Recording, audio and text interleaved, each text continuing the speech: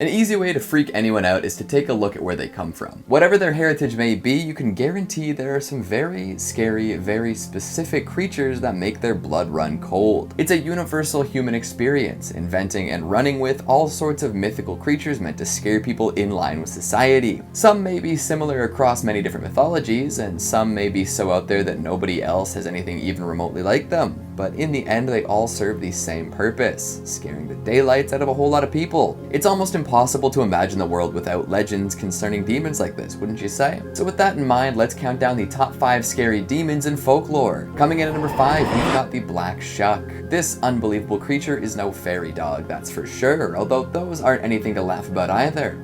This is the true terror dog, the brutal, big, bad boy. The canine carnivore fueled by carnage, a hate-eyed and vengeful black dog full of rage and malice. There are all sorts of variants based on where you are, from the Gargess to the Gytrash to the Padfoot, but the one best known could be the Black Shuck. Take one look, and you're out of luck. Some say that this thing is the embodiment of Satan. Wherever it goes, destruction follows.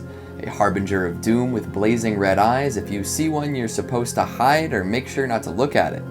If you neglect to avert your gaze, your luck will get so bad that you will die within the year. There's one tale of a Suffolk church that tells of a Black Shuck visit back in 1577. The enormous dog came running in, killed the man and boy, and caused the steeple to collapse through the roof. Then it left in a hurry, leaving dark scorch marks on the door. And that was just one little tale. Even if you are a dog person, you don't want to run into one of these. Something tells me a treat won't smooth things over. Coming in at number 4, we've got the Tsuchigumo. Monsters have been mashed for as long as we can remember, and it's not always a graveyard smash, mind you. Sometimes it's the combination of many real, living creatures to make something extra nightmarish. This is a beast with the body of a tiger, the limbs of a spider, and the face of a demon. Part real mammal, part real, albeit much smaller arachnid, and part mythical monster. Apparently Tsuchigumo were known for eating travelers as they made their way across the countryside. In the remote fields, no one can hear you scream. 1 or 2 traveling morsels wouldn't be enough for them either. In one tale, a powerful warrior took one down and sliced it open, to loot the body. This ancient hero was playing Dungeons and Dragons way before anyone else, setting the stage for countless boss encounters. This thing definitely reeks of big bad guy, although I don't know what kind of DM would unleash such a presence on Earth. Back to the story though. Inside the Tsuchigumo were 1,990 skulls, 10 shy of 2,000. Unbelievable that it would eat so many and barely even digest the skulls. It's a little wasteful if you ask me. Coming in at number 3, we've got the Alp. This creature originates in German folklore and can cause you all sorts of terrible problems. Some liken it to a vampire, others to demons like the incubus. It will visit people at night and sit on their bodies, although they don't usually attempt to initiate sexual acts like incubi and succubi. If the person doesn't wake up, the Alp will often hop into their dreams and control what they see. It's not common for them to give people good dreams either. Nope, it's nightmares end to end. One of the many sleep paralysis demons that exist, the Alp tends to want to cause mischief in as many ways as possible. So it's not necessarily going to kill you or end your suffering anytime soon. It wants to keep the party going.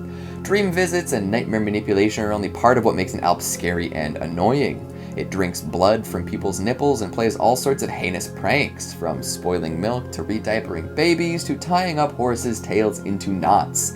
These little gremlins are indeed the worst, and they can shapeshift too, so don't expect to just see a little goblin hopping around. It might be a little trickier than that. Don't count on reading Nilbog backwards to save your butt either. What a bag of fun they are. Coming in at number 2, we've got the Jormungandr. This giant snake lives in the ocean surrounding Midgard. It is so large that it encompasses the entire world and then eats its own tail.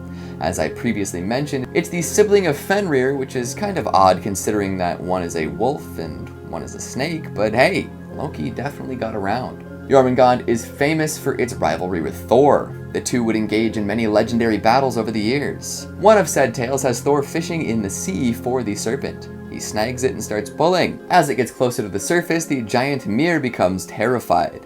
He sees Jormungandr dribbling blood and poison and decides to cut the line, sending the snake back down to the depths. Thor was not happy about this development.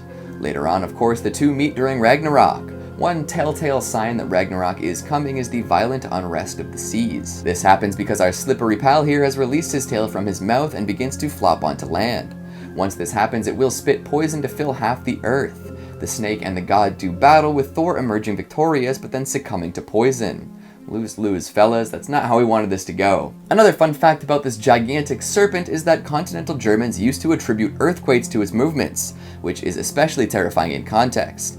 Imagine you're a German peasant and an earthquake rolls through. Your house, rubble, your wife pancaked, your crops shaken, not stirred. And what explanation do you have? Oh, a snake bigger than anything you could ever imagine. Cool. Good. Glad to know that there's something just slithering around beneath us and could surface at any moment. Definitely not living the rest of my peasant life in crippling fear. And at number 1, we've got Balor. When your people have an eternal, mythological, supernaturally powerful enemy, life can be rough. Dealing with the leader of said eternal, mythological, supernatural group of entities can be really hard, and that's what Balor is. Leader of the Fomorians and a malevolent force beyond comprehension, this enormous eyeball has been described in myths and legends passed down from the first Celtic settlers. This demonic tribe constantly showed up, bringing the deadliest of natural forces along to cause doom and destruction all throughout Ireland. Plenty of battles were fought between these demons and the folks who just wanted to keep existing, but the deadliest of all is Balor. A gigantic fiend with strength beyond measure, Balor was a sight to behold.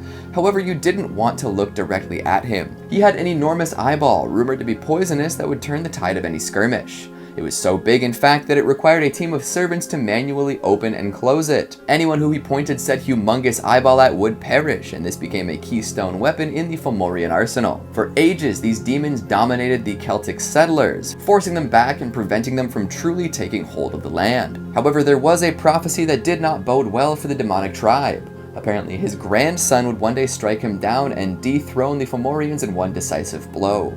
This giant eye did everything that it could to prevent this from happening, though. Hiding his daughter away to prevent her from ever bearing children, Balor was careful not to let any grandchildren make it onto the scene.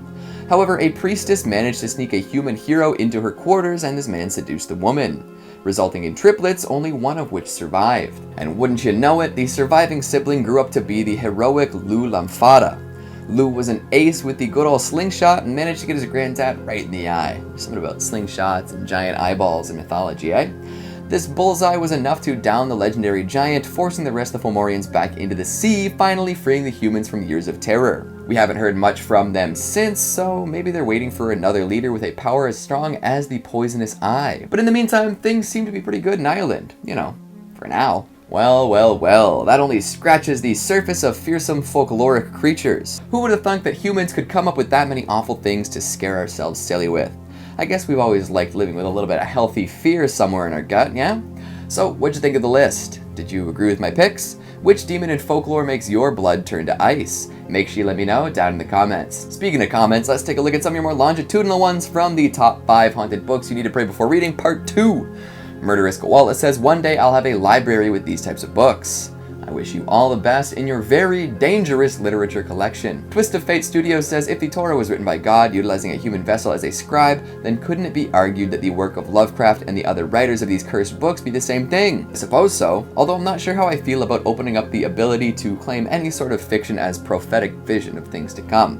What if the folks over at Disney claimed divine intervention and then made Iron Man our next messiah? Mimi Cattails says, give me all of the cursed books. Seriously, I've got spells to cast and people to hex. Just remember, anything you send out into the world will come back to you, possibly even more powerful than ever. Michael Wilson says, Keegan seems like the type of guy I'd want to hang out with for some reason. Well, hey, you know, if fighting games and marathoning horror movies are your thing, I'm your guy. And D says, actually, Joe King changed his name to Joe Hill. He wanted to be judged on his own writing merit. See, I heard he changed his last name to Mama, although I could be wrong. Funny, this comment coming from someone named D. Add a Z in there, why don't ya? And that's all the time we have for today. I'm going to drink my body weight in coffee and then try to get a good night's sleep. Thanks for watching, and I'll see you next time. A hate-eyed and vengeful blah. A hate-eyed and blah. How about a sneeze? Wow, 3 different sounds, eh? Another fun fact about this gigantic serpent is that continental Germans used to attribute it. Speaking of comments, let's take a look at some of your more longitudinal. Interesting. Speaking of comments, let's take a look at some of your longitudinal. Speaking of comments, let's take a look at some of your more longitudinal. Speaking of comments, let's take a look at some of your more longitudinal.